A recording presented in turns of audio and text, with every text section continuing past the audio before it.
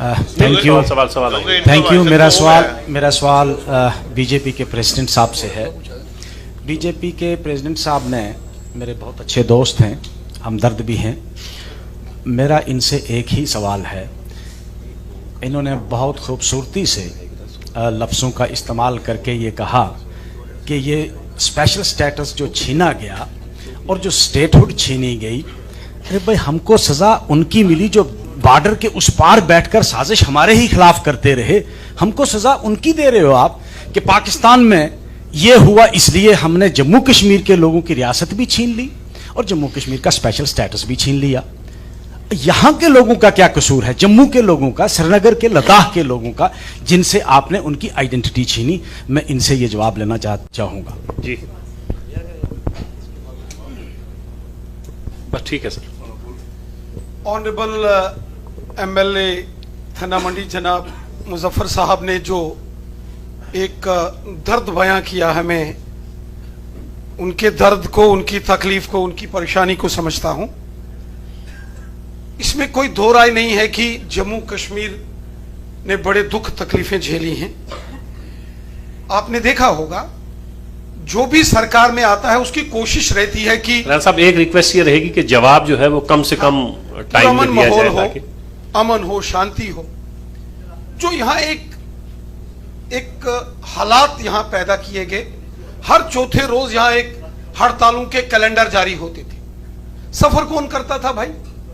अगर पुलवामा में इनोसेंट की किलिंग होती थी तो कौन सफर करता था? क्या वो हमारे भाई नहीं?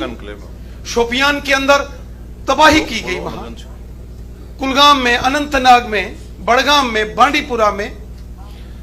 मुजफ्फर साहब कह रहे हैं कि जो मैं सवाल पूछ रहा हूं उसका जवाब नहीं है। I am coming to that sir. Reason is हालात ऐसे बन गए जनाब जज साहब, हालात ऐसे बन गए।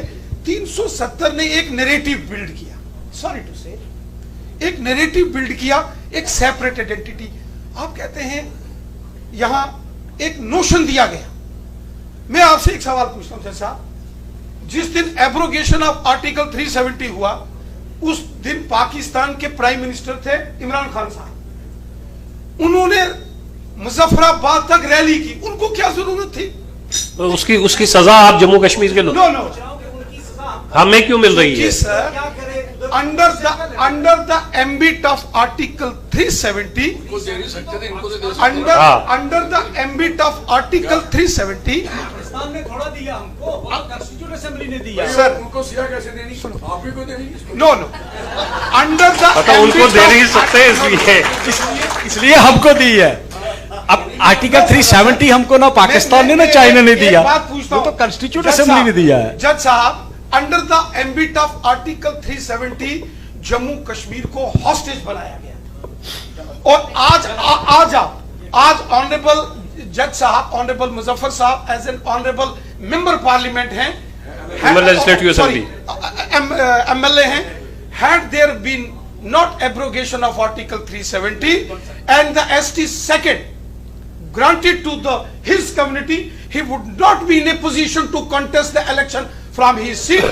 मेरा ST 370 का सब्स्टिट्यूट नहीं हो सकता, स्टेटहुड का सब्स्टिट्यूट नहीं हो सकता। जय साहब दूसरा सवाल, आप दूसरा सवाल सर। MLA साहब is sitting in the assembly because of abrogation of article। मेरा नाम निसार गत्तू है, जम्मू साइड से जितने भी